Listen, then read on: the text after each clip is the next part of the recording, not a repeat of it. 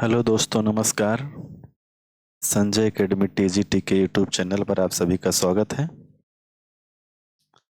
देखिए दोस्त, class 6 to 8 BPSC TRE 3 है ना। बीपीएससी टीआरई 3, एक मिनट, पेन ठीक से। बीपीएससी टीआरई 3 में है ना। टीआरई 3 में ज्योग्राफी से जो सारे क्वेश्चन पूछे गए हैं एक ही बुक से हैं। हम उसको आपको दिखा रहे हैं पेज बाय पेज, है ना। तो आइए हम लोग आगे पढ़ते हैं, आपको उसका प्रूफ पूरा दिखाते हैं। तो क्वेश्चन था, है ना, कटनी में उत्पादित प्रमुख खनिज कौन सा है। ठीक है ना।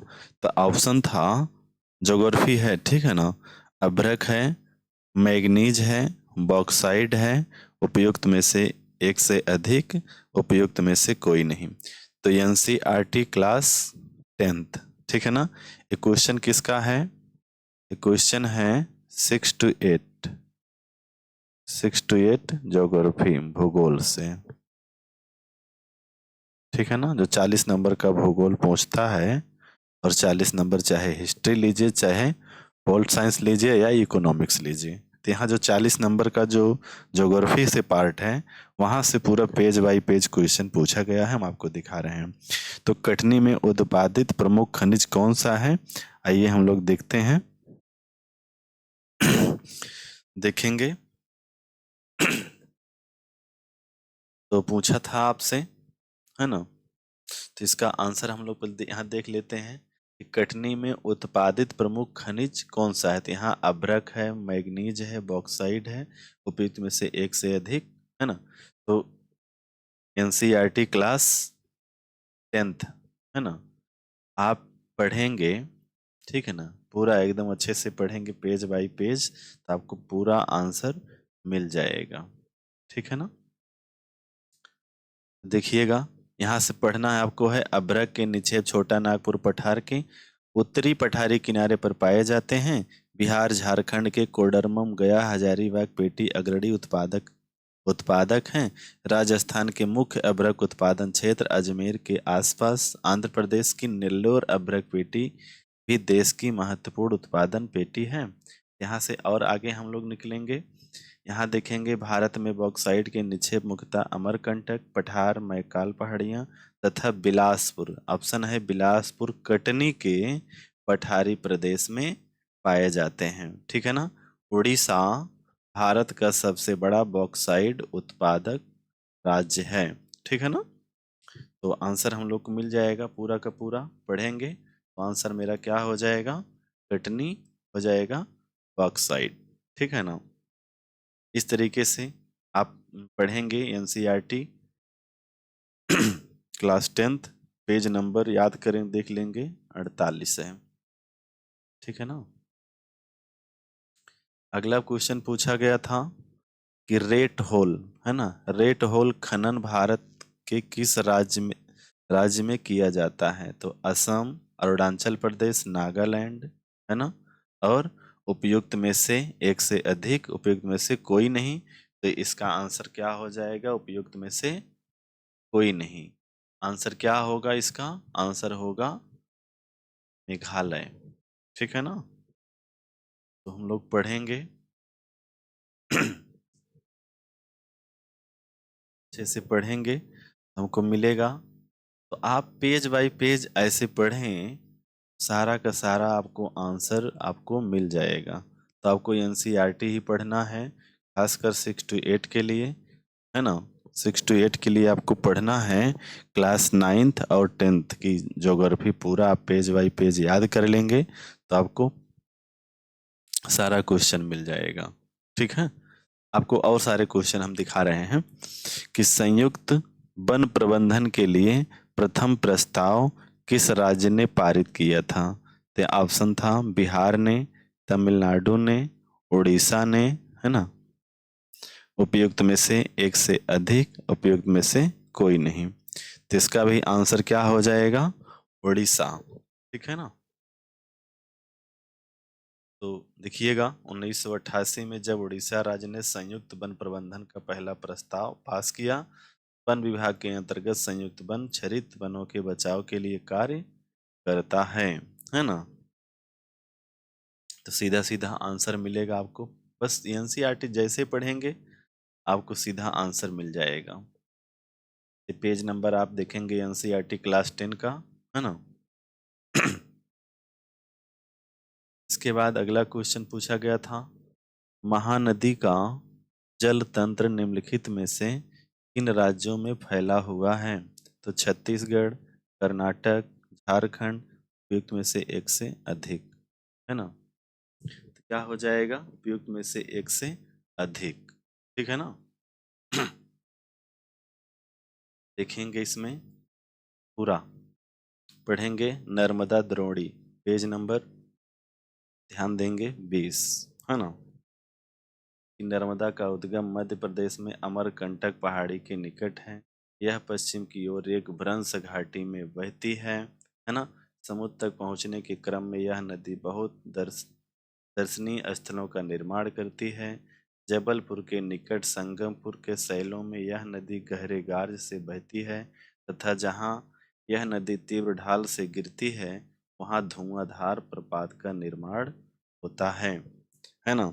तो पूछा गया था आपसे क्या? अफवाह द्रोणी। अफवाह द्रोणी के लिए एक नर्मदा द्रोणी और एक महानदी द्रोणी।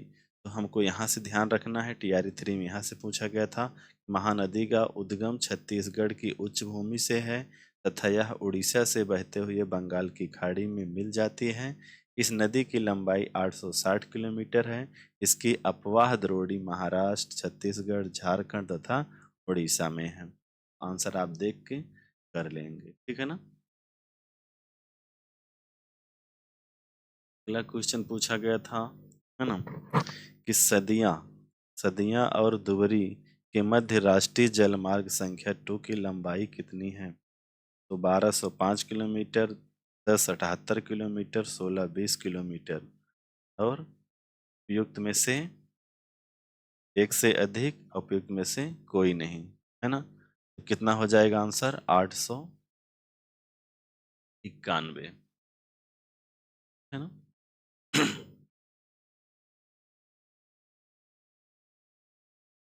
पेज बाय पेज याद करना है, पूरा पेज बाय पेज याद कर लेंगे, आपका जो प्रश्न है मिल जाएगा। पूछा गया था, सदियां व दुबरी के मध्य 891 किलोमीटर लंबा ब्रह्मपुत्र नदी जलमार्ग नवगम जलमार्ग संख्या 2, यही पूछा था ना, जलमार्ग संख्या 2। तो सदिया व दुबरी के मध्य कितना? 891 किलोमीटर, ठीक है ना। पेज नंबर ध्यान रखेंगे कितना है? 78, ठीक है। अगला क्वेश्चन, निम्नलिखित में से कौन सा शहर सिंधु व गंगा नदी प्रणालियों के जल विभाजक पर स्थित है? चंडीगढ़, है ना, पटियाला, अंबाला, उपयुक्त में से एक से अधिक, है ना, उपयुक्त में से कोई नहीं। तो आंसर क्या हो जाएगा? एनसीईआरटी क्लास 9th की बुक से है, हो जाएगा इसका आंसर अंबाला, ठीक है।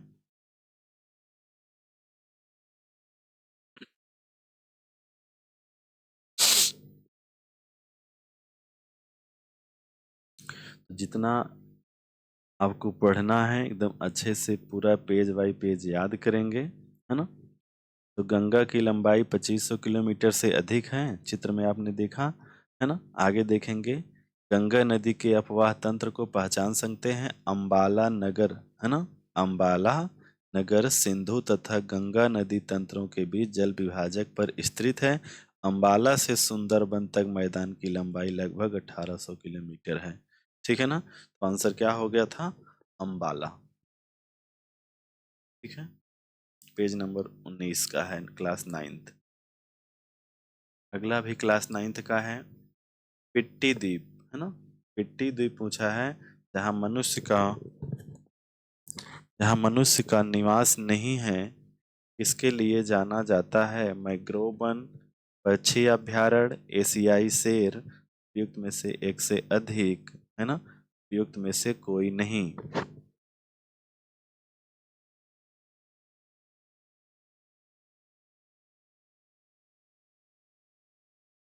ठीक है ना। तो क्या हो जाएगा, पिट्टी द्वीप जहाँ मनुष्य का निवास नहीं है किसके लिए जाना जाता है, तो है जाएगा क्या, पक्षी अभयारण्य।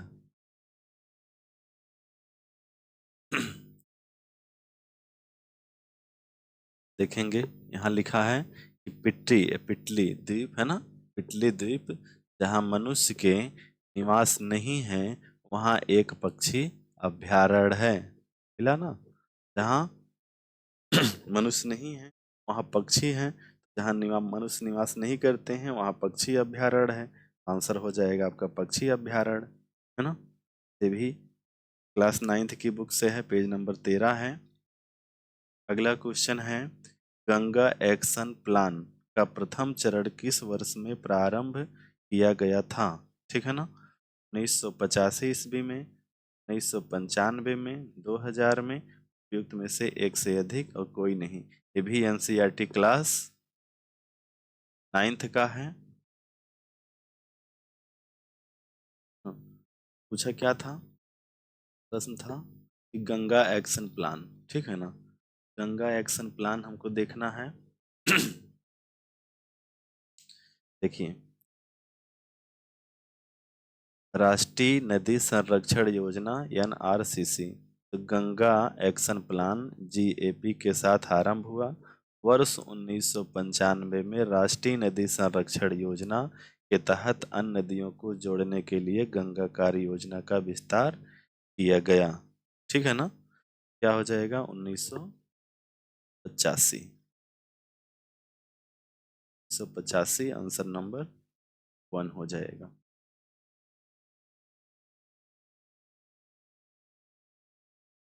हाँ, निम्न हिमाचल तथा शिवालिक के बीच में स्थित लंबवत घाटी को किस नाम से जाना जाता है, तो दून है, कटी फटी है ना घाटी, द्वार, उपयुक्त में से एक से अधिक, उपयुक्त में से कोई नहीं। ठीक है, तो देखेंगे।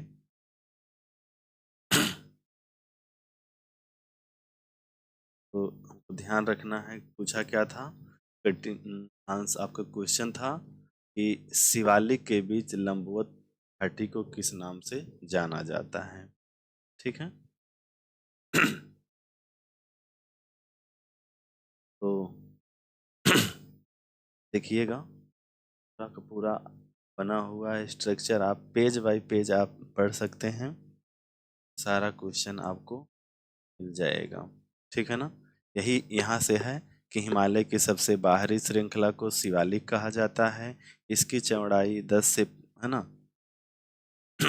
50 किलोमीटर तथा ऊंचाई 900 से 1000 1100 मीटर के बीच है। ये श्रृंखलाएं उत्तर में स्थित मुख्य हिमालय की श्रृंखलाओं से नदियों द्वारा लाई गई असंपीड़ित अवसादों से बनी हैं।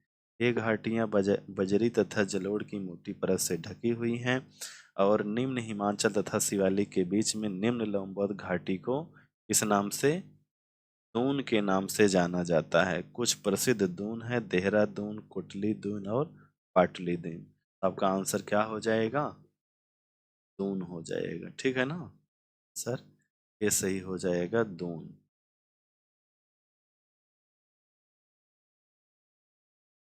अगला क्वेश्चन था, निम्नलिखित में से कौन सी श्रृंखला निम्न हिमालय में सबसे लंबी है, तो धौलाधार श्रृंखला, पीर पंजाल श्रृंखला, महाभारत श्रृंखला, उपयुक्त में से एक से अधिक, उपयुक्त में से कोई नहीं। ये भी है क्लास 9th की ज्योग्राफी का बुक है ना। ध्यान रखेंगे, जबकि पीर पंजाल है ना, पीर पंजाल श्रृंखला सबसे लंबी तथा सबसे महत्वपूर्ण श्रृंखला है। धौलाधर एवं महाभारत श्रृंखलाएं भी महत्वपूर्ण हैं। इसी श्रृंखला में कश्मीर की घाटी तथा हिमाचल के कांगड़ा एवं कुल्लू की घाटियां स्थित हैं। इस क्षेत्र को पहाड़ी नगरों के लिए जाना जाता है। याद याद करेंगे इसको, है ना, तो हो जाएगा क्या, पीर पंजाल।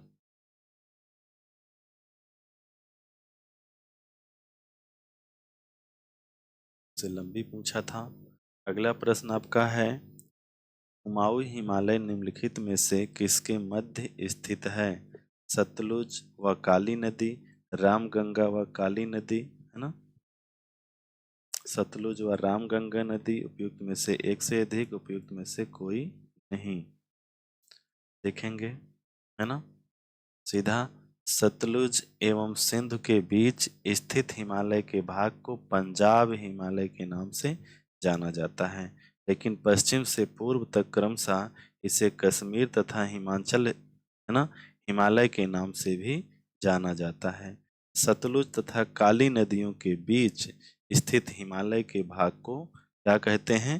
कुमाऊं हिमालय कहते हैं, है ना? कुमाऊं हिमालय के नाम से जाना जाता है। अब काली तथा तीस्ता नदियों को नेपाल हिमालय, है ना, एवं तीस्ता तथा दिहांग नदियों को असम हिमालय का सीमांकन करती है। आंसर आपका मिल गया होगा, है ना? तो हो जाएगा क्या? सतलुज एवं काली नदी।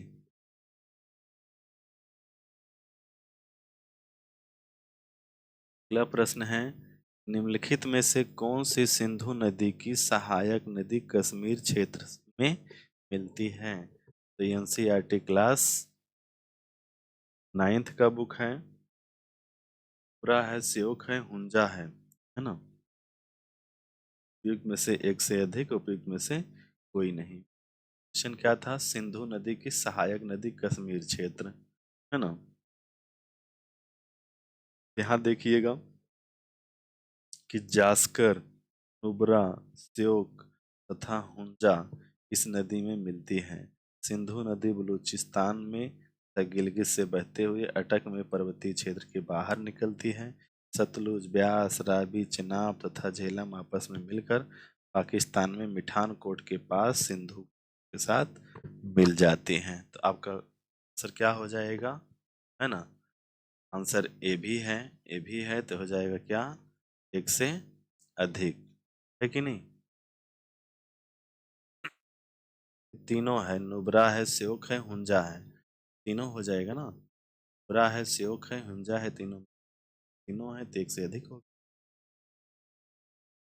इस तरीके से प्रश्न सीधे सीधे पूछे जाते हैं, तो आप सभी एनसीईआरटी पर ही फोकस करें, है ना?